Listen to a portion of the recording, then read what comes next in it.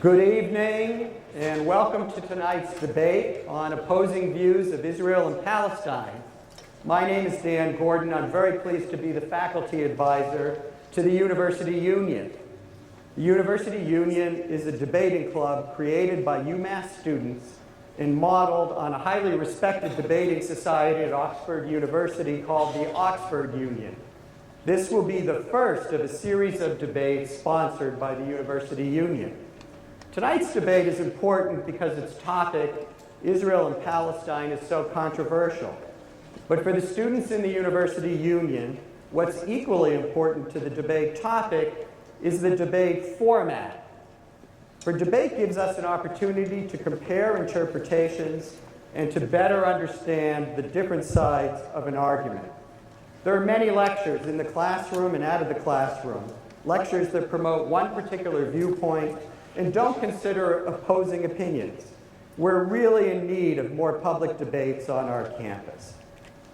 I'm very pleased to point out that Students for Justice in Palestine and the Student Alliance for Israel are both co-sponsors of this debate.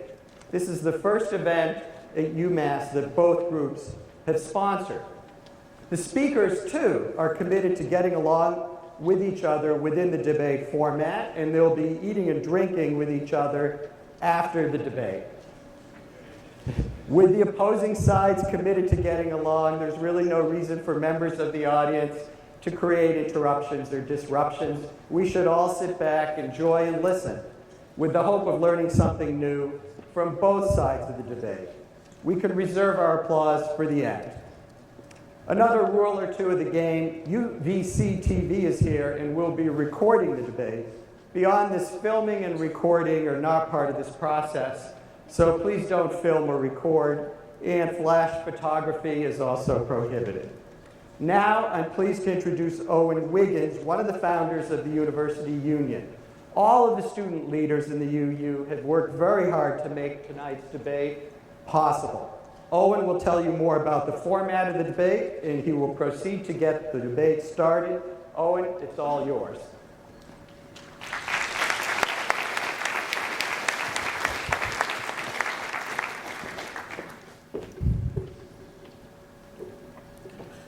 Thank you for the introduction, Professor Gordon.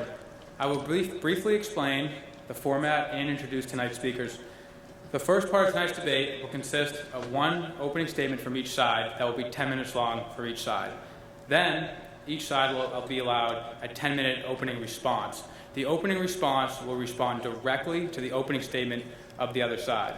After that, Professor Berkovich and Professor Levine will be allowed 2 minutes each to respond to what was said about their opening statements. After that, we will move into our question and answer part of the debate, which we have 45 minutes set aside for. Questions will then be responded by each side with 2-minute responses. Each side after that can also have 45-second rebuttals if they choose to further discussion on a question. The last 15 minutes of the debate are going to be focused on audience questions. So earlier today, or about 20 minutes ago, you got a note card with your program. So if you have a question, please write down a question on your note card, pass it to the end of the aisle, just hold it out. A member of the University Union will collect it. We will sort through the questions and we will find the ones that can create the best discussion. So now I'm going to introduce tonight's speakers. We have Professor Joseph Levine, we have Dr. Youssef Manayer, we have Professor Justin Kami, and Professor Jay Berkovich. Earlier it was decided by coin toss that Professor Levine would give his opening statement first. So Professor Levine, the floor is yours. You have 10 minutes. Let's begin.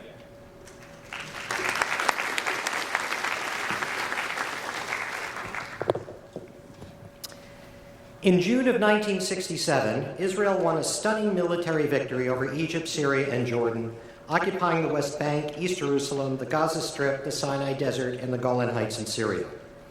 At the time, I was a junior in high school and celebrated the victory along with my classmates and teachers.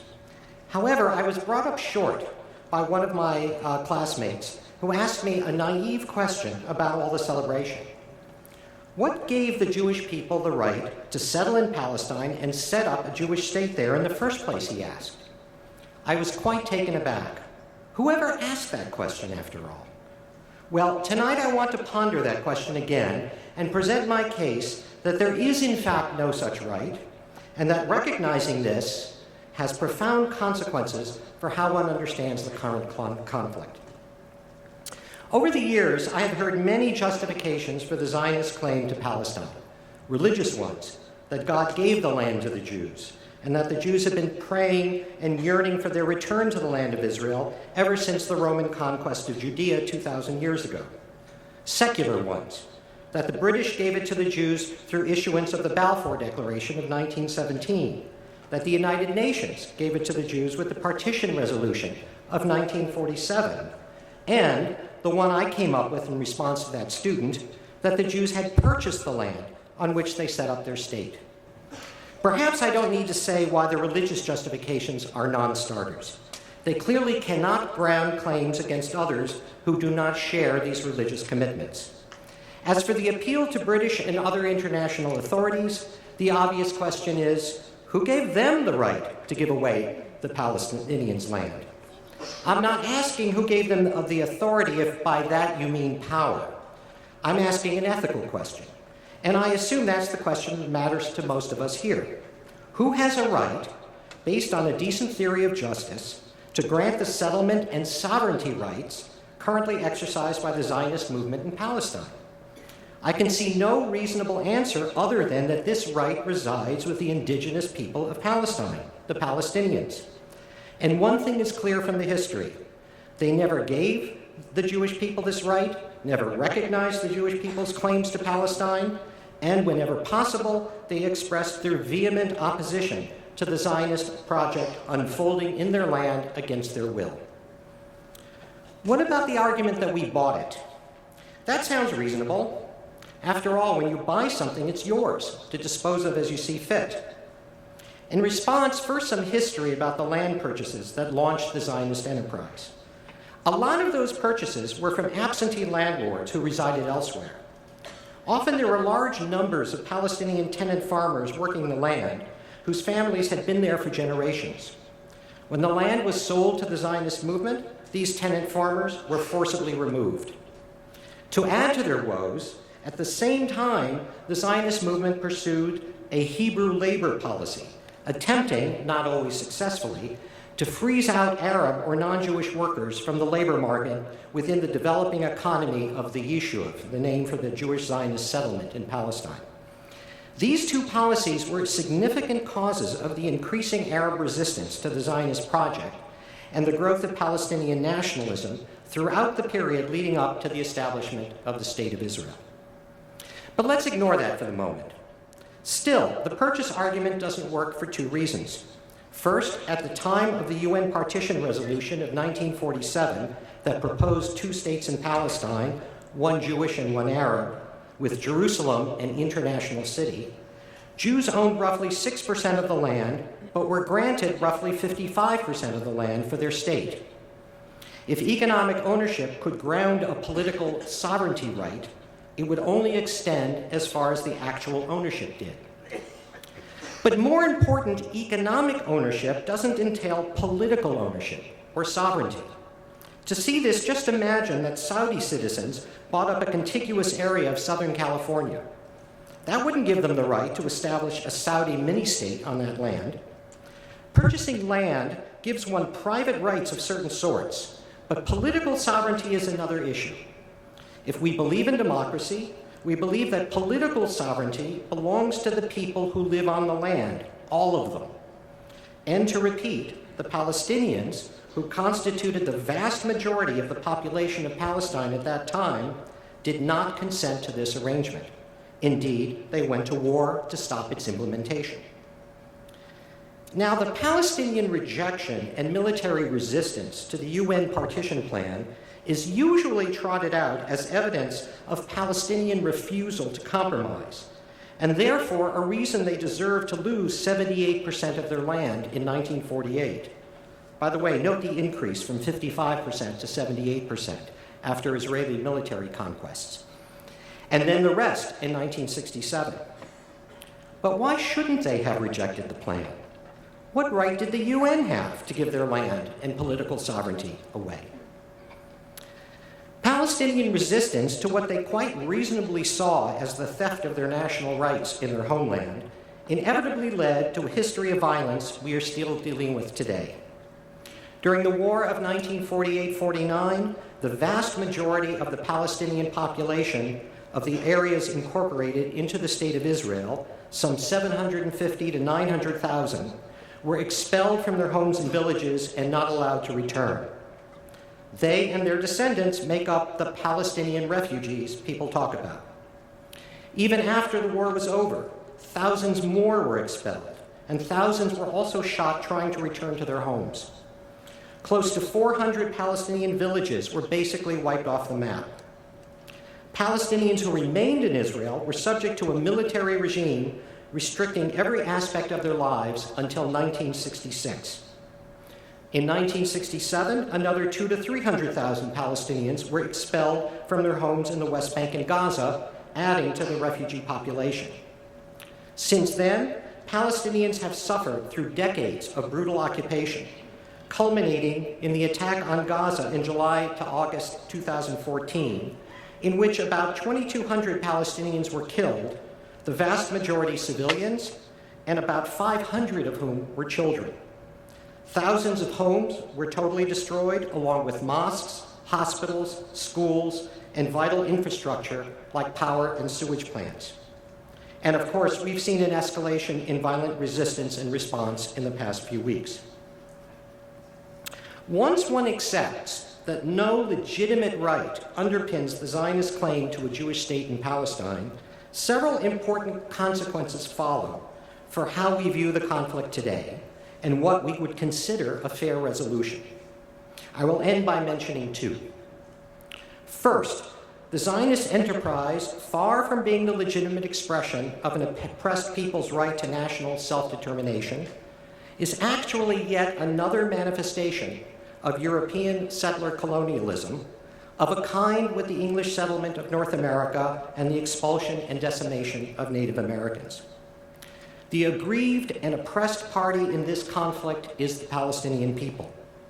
Without recognition of this basic fact, a proper assessment of the current situation is impossible. The second consequence immediately follows from the first. It is that preserving a Jewish majority in Israel is not a morally sanctioned goal, and so institutional restrictions on non-Jewish access to land, the levers of state power, and full membership in the civic society of the state cannot rightfully be maintained by appealing to this goal. Finally, we must recognize that the power imbalance here is inversely proportional to the moral imbalance. This means we must do what's necessary to level the playing field for negotiations and to be clear-eyed about who is really sacrificing when the inevitable compromises are proposed. Without at least a modicum of justice, there can be no peace. Thank you.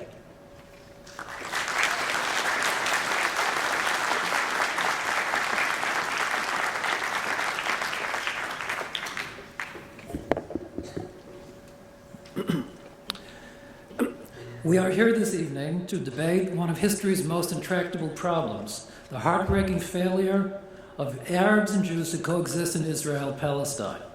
I am here as an educator, not as an advocate. I have not come to argue which side is more in the right. Playing the blame game is not a productive activity. I much prefer to think about constructive solutions. As an educator, I feel that it is crucial that we think about how we arrive at informed opinions and about contested issues. It is crucial that we distinguish between verifiable facts and unsupportable claims and untruths. Even in the tortured history of Israel and Palestine, there are established facts on which there is general agreement, even if these facts are not widely known. If falsehood is allowed to masquerade as fact, or if facts are ignored, we fail in our efforts to understand the various sides of the issue. I want to first lay out some basic principles and provide necessary historical context before addressing the subject of coexistence. The claim of the Jewish people to the land it calls Israel is based on extensive historical, literary, and archaeological evidence. The ancient kingdom of Israel dating to 1000 BC, endured for centuries. Eventually, the Jews were forcibly expelled in 70 AD by the Romans. Some Jews remained and traveled back to Israel despite severe conditions there. The Crusaders' slaughter of the Jews of Jaffa, Ashkelon, Caesarea, and Jerusalem is ample proof that there was a substantial Jewish presence in medieval Palestine. Masses of Jews came to Israel in the 16th and 17th centuries. There are even settlements in the Galilee where Jewish families have lived uninterruptedly for 2 millennia. In Jerusalem, there has been a Jewish majority since the early 1800s. Equally important is the cultural and religious attachment to the land throughout 1900 years. No amount of disinformation will erase this evidence. It should be noted, especially in light of recent violence in Israel, and the now oft-repeated claim that there was never a Jewish temple on the Temple Mount, Haram al-Sharif, that early 20th century Muslim authorities actually affirmed Jewish historical attachment to the land in its printed guide to Islamic holy places. The Muslim administration stated very plainly in 1920 that the Dome of the Rock and the Alaska Mosque were erected on the site of Solomon's Temple, a matter that the guidebook says is, quote, beyond dispute, end quote. But beginning in 1950, the guidebook omitted any reference to Solomon's Temple. Clearly, the return of the Jewish people to its ancestral homeland did not begin after the Holocaust, nor did it begin even a century ago with the advent of modern Zionism. Jews are an indigenous people to the region and to the land. To characterize their return as colonialism or as an imperialist venture is to disregard centuries of solid evidence to the contrary.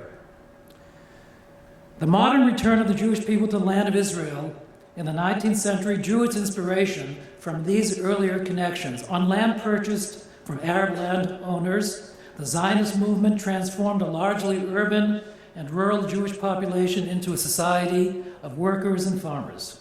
Culturally, they succeeded in their goal of reviving Hebraic culture on the land that gave birth to the Hebrew language, the Bible, and the Israelite prophetic tradition. The international community, led by the League of Nations in 1920, formally recognized the rights of Jews to a homeland in Palestine and encouraged European powers to help them and other national groups, including the Arabs, realize their right to self-determination. It is important to emphasize that Arab opposition to Zionism and the return of Jews to their homeland was not and need not be a foregone conclusion. Nor was opposition to Zionism a matter of consensus in the Arab world. One courageous effort to achieve coexistence was made in January 1919 when Zionist leader and future President Chaim Weizmann, together with Emir Faisal, king of the Arab Kingdom of Greater Syria, signed an agreement stating their mutual goals of support and encouragement. Especially striking is the following language in the agreement. Quote, "We Arabs look with deepest sympathy on the Zionist movement. We wish the Jews a most hearty welcome home. My people, with me, look forward to a future in which we will help you and you will help us, so that the countries in which we are mutually interested may once again take their places in the community of civilized peoples of the world." Tragically, the course of history took a radically different path under the leadership of the Grand Mufti of Jerusalem, who steered Arab national movement in a direction of violent resistance. It is this uncompromising rejection of the right of the Jewish people to self-determination that was at the core of the PLO's original ideology as articulated in the 1968 Charter, and was also a linchpin of Hamas, as its actions have shown and as its official charter reveals. The Hamas Charter calls shamelessly for the killing of Jews and the dismantling of Israel.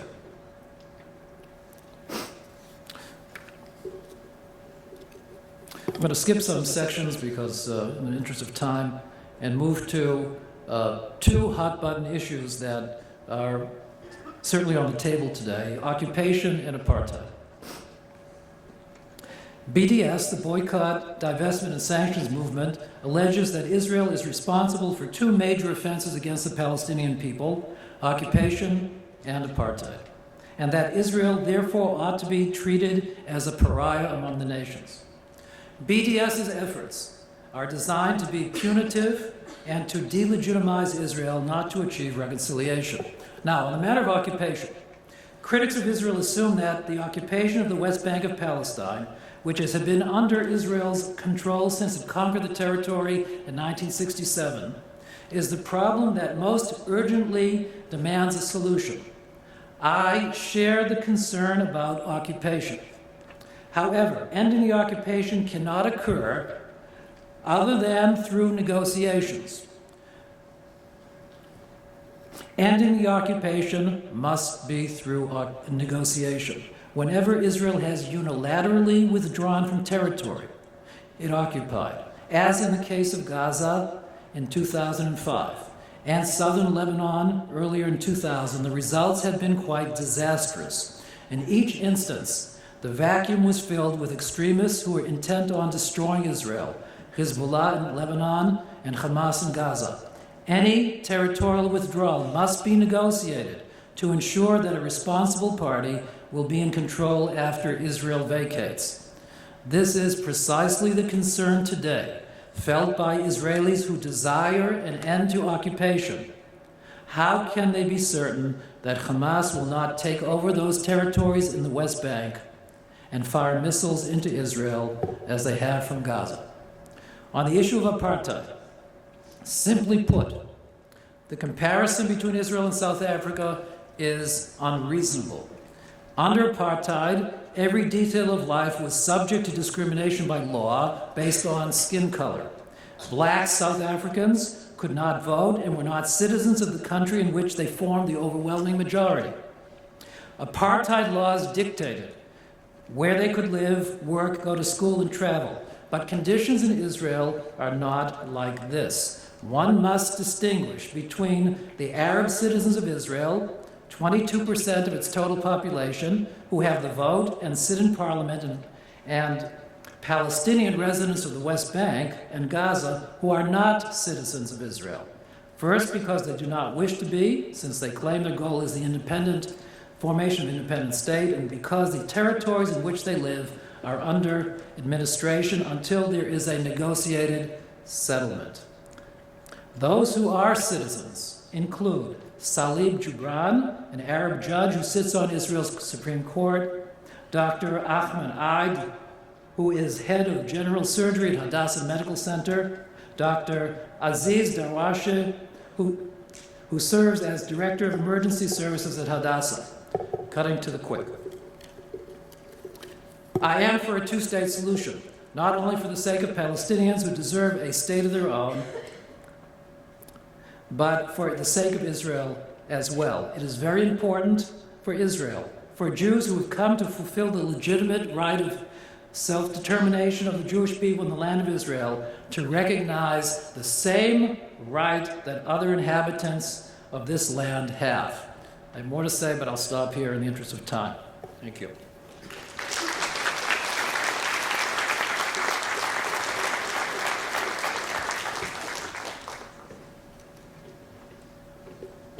Youssef Benai will now respond to Professor Berkovitz's opening statement. Thank you, Owen. I just want to start by thanking you for putting this together. It's a particular pleasure and honor for me to be back here at an institution where I learned so much, and to see a wonderful crowd here talking about an issue that I care about so deeply. I'm going to push back on a couple of things that Professor Berkovitz made in his statement. The first is this notion that Zionism is not colonial. Zionism was and continues to be a colonial movement. The problem with claiming self-determination and indigeneity is that self-determination is a fundamentally anti-colonial concept. And Zionism defined itself as a colonialist movement and was inextricably linked to colonialism. There was also, by the way, a native population of Palestine who were living on the land when the Zionists arrived. But more importantly, if Professor Berkowitz wishes to take up the notion that Zionism was colonial with anyone, perhaps he should take it up with some of the main movers within the Zionist movement who defined it as such in the early days of that movement. Let's talk about Theodor Herzl, for example, the man whose picture stood behind David Ben-Gurion when the State of Israel was declared the very founder of the Zionist movement and mainstream Zionism. He identified Zionism as a colonial project. He even, in fact, wrote a letter to Cecil Rhodes, the godfather of colonialist movements, begging him to support the Zionist movement precisely because it was a colonial project. He also, by the way, referred to the Arabs of Palestine as the indigenous population. But there are other branches of Zionism, like the revisionists. What do they have to say? Zev Jabotinsky, in his famed Iron Wall letter, also identified Zionism as a colonial movement, and he referred to the Arabs of Palestine as natives as well. He even likened them to Native Americans and said it is only realistic to expect that our colonial project is going to be resisted by the natives of the land. But it was not just leaders of Zionism that identified with colonialism, it was Zionist organizations themselves, including those that were involved in purchasing the land that Professor Berkowitz talked about, including organizations like the Jewish Colonization Organization. It's right there in the title. They later became known as the Palestine Jewish Colonization Organization. Even Chaim Weizmann, who Professor Berkowitz talks about, is quoted in the New York Times in the 1920s and 30s, speaking of the Jewish colonization of Palestine and referring to the native Arabs. Many pro-Israel advocates cringe at the very suggestion that Zionism is undeniably linked to colonialism. They feel that conceding this point is somehow an acceptance of the idea that Jews have no connection to the land. Nothing could be further from the truth. Of course, Jews have a connection to the land. But denying the colonial methods through which the State of Israel was established, the privileged power dynamics that it exploited, and the dispossession of the Palestinian people as a result, obfuscates any real conversation about approximating justice, which necessitates dissolving Jewish exclusivity of political control over the land and moving towards equality. Second, Professor Berkowitz in his historical narrative stated that it was not, quote, a foregone conclusion that the Zionist movement's colonization would generate conflict. He points to a 1919 agreement between Emir Faisal and Chaim Weizmann as a sign of this. Then he says that, quote, tragically, history took a radically different path under the leadership of Haj Amin al-Husseini, who seems to be getting credit for all sorts of things these days. But this glosses over two very important facts. While Emir Faisal may have been king of lots of things, depending on where the colonial powers put him, he didn't represent Palestinians. And Palestinian opposition to Zionism was prevalent even in the days when Haj Amin al-Husseini was still in diapers. We can look at this in the letters that were exchanged between Theodor Herzl and Yusuf Dia al-Khalidi, who was the mayor of Jerusalem, as early as 1899, where he then warned the Zionist movement that Palestine was filled with native Arabs and that the colonization of it would not be welcomed and would lead to war. In the name of God, he wrote, "Let Palestine be left alone." We see this as well in the burgeoning newspaper industry in Palestine, where independent news writers, as early as the Young Turk Revolution in 1908, began expressing significant opposition to Zionism. And in fact, it was one of the tying binds of Palestinian nationalism in those early days. Third, the BDS criticism and the occupation whitewash. In his criticism of BDS, Professor Berkowitz tells us that the only way to bring the Israeli-Palestinian issue to resolution is through negotiation. Here, he sets up BDS and negotiations as mutually exclusive. That's not the case. BDS is a method through which pressure can be raised against Israel, and this will be necessary in any future negotiations to have a chance at a successful outcome. The use of pressure or sanctions is not incompatible with international bargaining. In fact, it's often central. Members of the pro-Israel interest community should know this well, since it was that community which lobbied hardest for the kind of sanctions that ensured negotiations between Iran and the P5+1 resulted in an agreement around an unprecedented inspections regime. The primary reason why negotiations have failed to produce results is because this sort of leverage has been missing, and Israel's settlement activity has continued unchecked. The U.S., the so-called mediator of these talks, is opposed to settlement expansion in word, but indeed it continues to fork over billions of dollars in military aid every year. No wonder the Israelis fail to take seriously any American positions on settlements. Until the costs of its abuses of Palestinian rights increase, Israel has no reason to stop them. BDS is the only movement attempting to play this role, and it should be welcomed. Professor Berkowitz emphasizes that Israeli military occupation, which denies millions of people the right to elect the regime that rules them, is legal. Indeed, occupation is legal, but there are also laws that govern how that occupation is to be carried out. And in this regard, various Israeli policies which undergird this occupation, from collective punishment to settlement building to the denial of movement to how political prisoners are kept, and the list goes on and on and on, are all violations of the laws that govern occupation. These policies are part and parcel of the occupation itself, and thus the immorality of the occupation cannot be whitewashed. The apartheid designation. Those who hope to defend Israel from the apartheid designation will often focus on the difference between Israel and South Africa. Professor Berkowitz does the same. I could talk you through a long list of differences between the Nazi Holocaust and the killings in Rwanda. The death tolls varied. The methods of slaughter varied. The historical context varied. The political context varied. But does that mean that one was a genocide and one was not just because they looked different?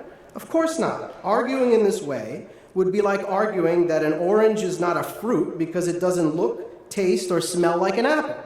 But just like fruit, genocide and apartheid have definitions, and designations should be measured up against the definitions, not other cases. The basic definition of apartheid is the use of systematic human rights violations against one group of people to ensure political power remains in the hands of another group of people. The simple apartheid test would be asking whether the ethno-religious or racial makeup of the ruling regime would be the same if everybody ruled by the state had an equal right to vote. If the answer is no, then it fits the definition. In Israel, that is in fact the answer. And many Israeli leaders will attest to this anytime they reject the binational state or giving occupied Palestinians the right to vote in Israel's political system, since, as they state, it would end the Jewish character of the state. By this, they simply mean their undue monopoly on political power would have to come to an end. In addition, I'd argue that Israel fits the apartheid designation not just today or in 1967, but actually shortly after the creation of the state in 1948, when it established the Jewish majority government only through the sustained denial of return for Palestinian refugees. So we can talk about all sorts of anecdotes. I could point to the fact that Nelson Mandela was a lawyer who was allowed to argue in South Africa's courts. Does that mean apartheid didn't exist? I could point to the fact that there were members of Congress immediately after the Civil War who were African Americans, and there were judges as well. Does that mean Jim Crow didn't exist? Anecdotes do not mean that systems do not exist. The question is, how are these systems set up? What are they meant to do? And how are they being enforced? And in Israel, it is clearly, in my view, an apartheid system. In conclusion, the only way toward peace is through the dismantlement of exclusivist policies of the State of Israel. Yes, the Jewish people have a connection to Palestine, but it in no way gives them the right to deny Palestinians theirs in any part of Palestine. Ending the occupation, the rights of Palestinian refugees, and full equality for all who live between the river and the sea, regardless of ethnicity or religion, is the path to peace. Anything short of this is a mere attempt to stave off the inevitable collapse of imposed Jewish majoritarianism. Thank you.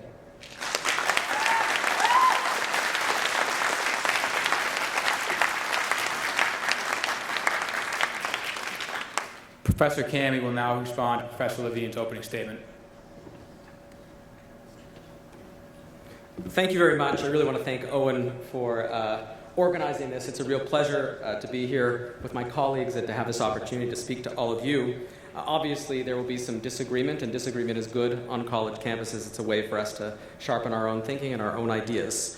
I really want to tell you how much I appreciate the clarity of Joe Levine's narrative of his intellectual awakening, if only because it makes evident that this conflict has never really been about Israel's presence in the West Bank, about land or about borders, about settlements or refugees or about Jerusalem. Rather, as he argues, the conflict was and continues to be about the Jewish right to self-determination in any part of its historic homeland, the land of Israel. To quote Professor Levine, there is in fact no such right. In this, Professor Levine is in strange accord with the most radical of contemporary Palestinian ideologies, that of the Islamist Hamas, who also agree that Palestine as a whole is an indivisible part of the Arab and Muslim world over which there is no possible compromise. Joe Levine wants you to believe that Jews have no right to settle Palestine. The revolutionary vision of cultural Zionism consisted in its conception of kinus, ingathering, of Jewish exiles through their homecoming, and the reestablishment of Hebrew culture on the land that gave birth to it millennia earlier. Professor Levine constructs his denial of the right of the Jewish people to any part of the land of Israel because he finds no justification, either in religious claims to the land, in decisions or resolutions of outside powers or international organizations that gave birth to many other states in the Middle East and Africa and Southwest Asia at the same time, or even in the Jews' legal purchase of the lands that constituted the territorial basis of the socialist Hebrew-speaking community. It is indeed curious that he assumes that the Jewish people's claim to political sovereignty in any part of Mandate Palestine would be contingent on any of these factors.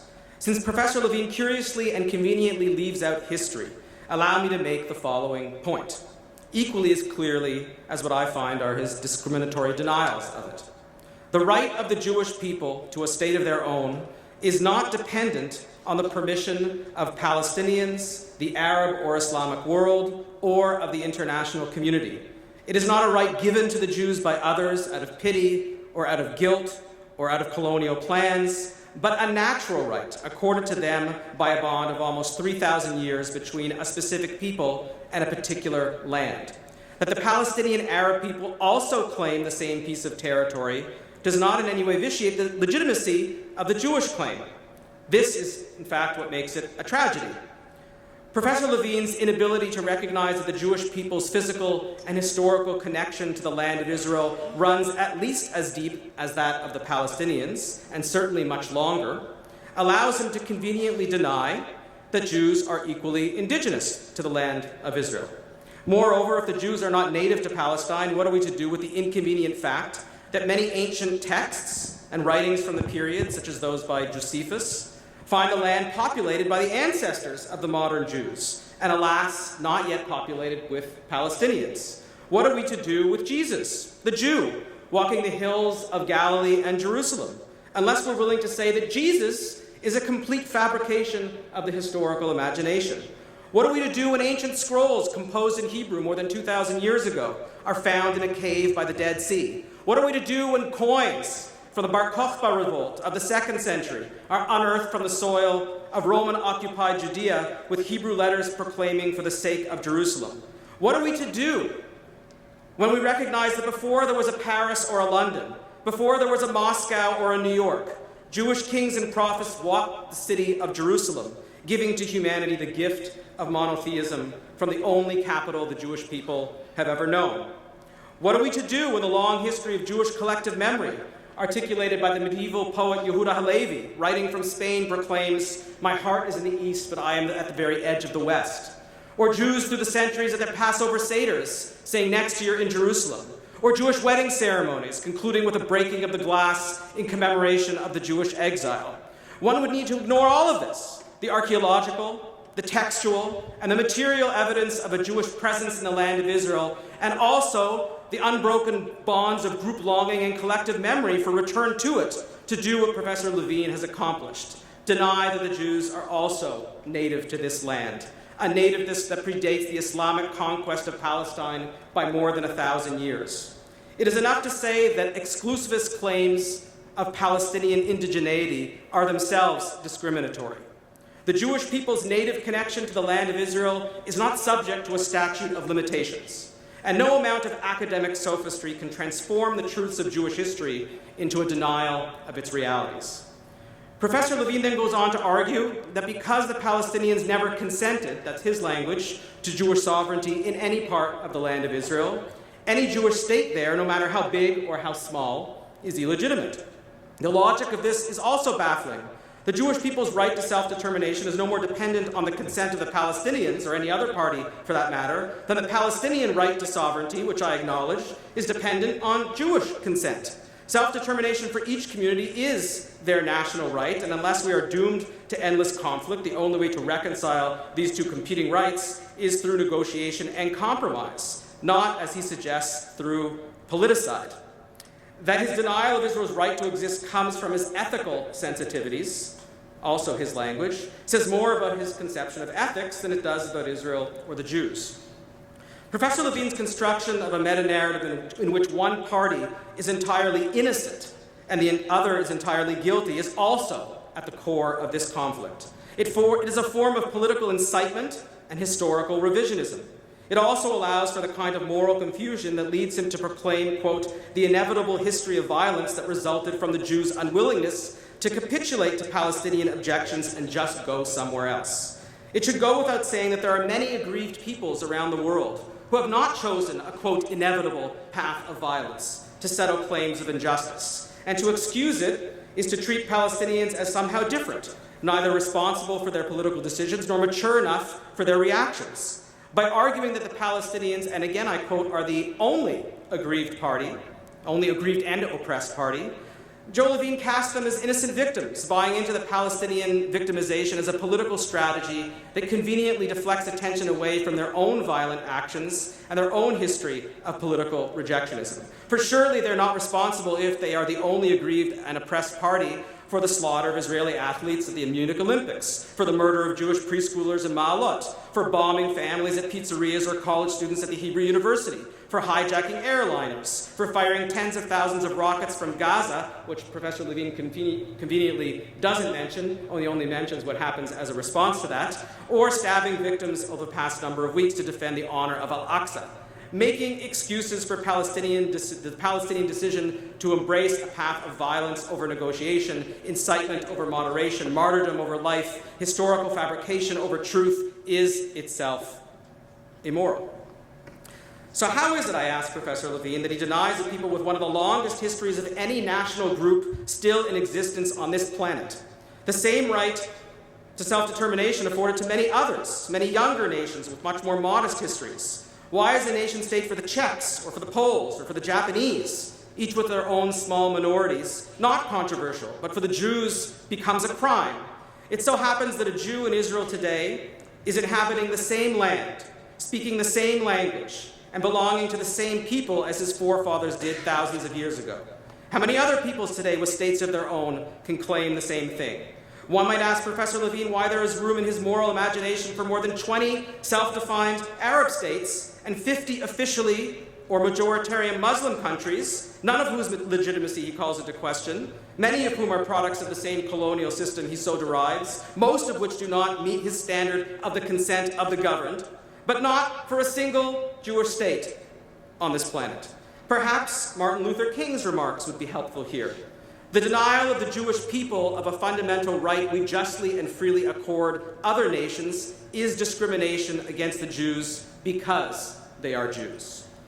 Finally, it goes without saying that Professor Levine's philosophical approach to democratic modeling of statehood is overly simplistic. His argument suggests that Israel or any other country cannot be democratic if its public life reflects the socio-political and cultural aspirations of a core ethnic group. However, human diversity may be expressed and achieved in multiple ways, in some cases through post-ethnic and multicultural states, in others by having multiple nation-states, each contributing their own diverse cultures on the world stage. What Joe Levine seems to object to is the democratic nation-state's refusal to accept his universalist conception of the post-ethnic neutral democracy. He cannot accept that Israel was created with a self-conscious mission to devote itself to the history, the culture, and fate of the Jewish people so that they might contribute to human diversity, not only as individuals or as a dispersed minority, but as a people in control of its own political and cultural destiny. Thank you.